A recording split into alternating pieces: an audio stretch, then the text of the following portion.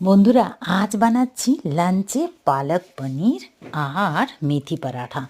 তো পালক পনিরের আমি অনেক রকমভাবে বানিয়েছি, তো বিশ্বাস করো এই পালক পনিরটা একদম ইউনিক আর অসাধারণ হয়েছিল, যাতে বলা যায় এক কথায় জাস্ট ফাটাফাটি। তো যাই হোক, এর ফুল ভিডিও তোমরা আমার চ্যানেলে পেয়ে যাবে। আর সাথেই ছিল গরম গরম মেথি পরাঠা।